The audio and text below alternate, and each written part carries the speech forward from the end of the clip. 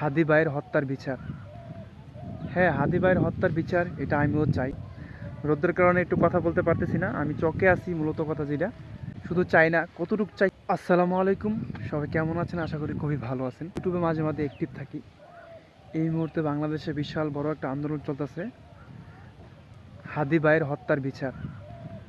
হ্যাঁ, হাদি ভাইয়ের হত্যার বিচার এটা আমিও চাই। শুধু চাই না, কতটুকু চাই সে ব্যাখ্যা দিতে পারবো না, কিন্তু এই মুহূর্তে না।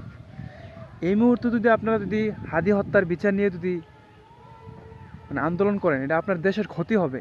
সামনে ইলেকশন শেষ হোক, একজন সরকার বসুক, ওই সরকারের সাথে আপনারা কথা বলবেন। যখন সরকার গঠন হয়ে যাবে, আসামিকে কোথায় থেকে আনবে তখন আপনারা নিজেরা বলতে পারবেন না।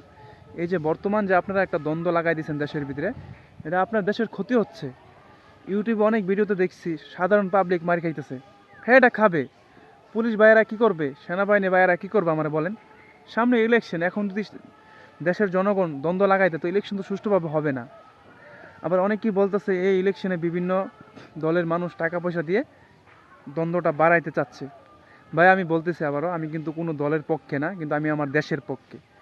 যেহেতু সামনে ইলেকশন, তাই এমন কিছু করবেন না বা আপনার দেশের ক্ষতি হোক। হাদি হত্যার বিচার আমিও 100% চাই, 100% না, কয়েক কোটি % চাই। কিন্তু আমি বলি, আগে সরকার একটা বসুক, জামাত আসুক, তারপর আপনার বিএনপি আসুক, যে কোনো একজন আসুক, তারপর আমরা ওনাদের কাছে আবেদন করব হাদি হত্যার বিচার। যে আসামি, যে হাদিকে গুলি করছে, যে হাদির হত্যার পিছনে যারা যারা ছিল, প্রত্যেকজনকে যেন ফাঁসি দেয়, কাউকে যেন চুল পরিমাণ ছাড় না দেওয়া হয়। কিন্তু আমি চাই ভাই, বর্তমান এই বিষয় নিয়ে আপনারা দেশের মধ্যে দ্বন্দ্ব না লাগাই ভালো। আর মাত্র ইলেকশনের বাকি 3 দিন আছে, আজকে 9 তারিখ। তো আপনাদের কাছে একটাই রিকোয়েস্ট, এই মুহূর্তে এটা না করাই ভালো।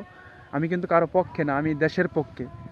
হাদিকে যারা হত্যা করছে, আমি তাদের বিরুদ্ধে। আমি চাই তাদেরকে ফাঁসি দেওয়া হোক লাইভ, সবার সামনে। রোদ্রের কারণে একটু কথা বলতে পারতেছি না, আমি চকে আছি মূলত কথা যেটা।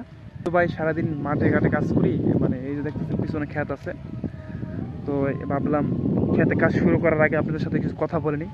তো ভালো থাকবেন, আমার কথা কি মাইন্ড করবেন না। আমি কোনো কারো পক্ষে নিয়ে বলে নেই, আমি হাদি হত্যার বিচার চাই, এটা আমি নিজেও বলি। কিন্তু এই মুহূর্তে দেশের বিরুদ্ধে যায় দেশকে উশৃঙ্খল করবেন না, ইলেকশন নষ্ট করবেন না। ভালো থাকবেন, আসসালামু আলাইকুম।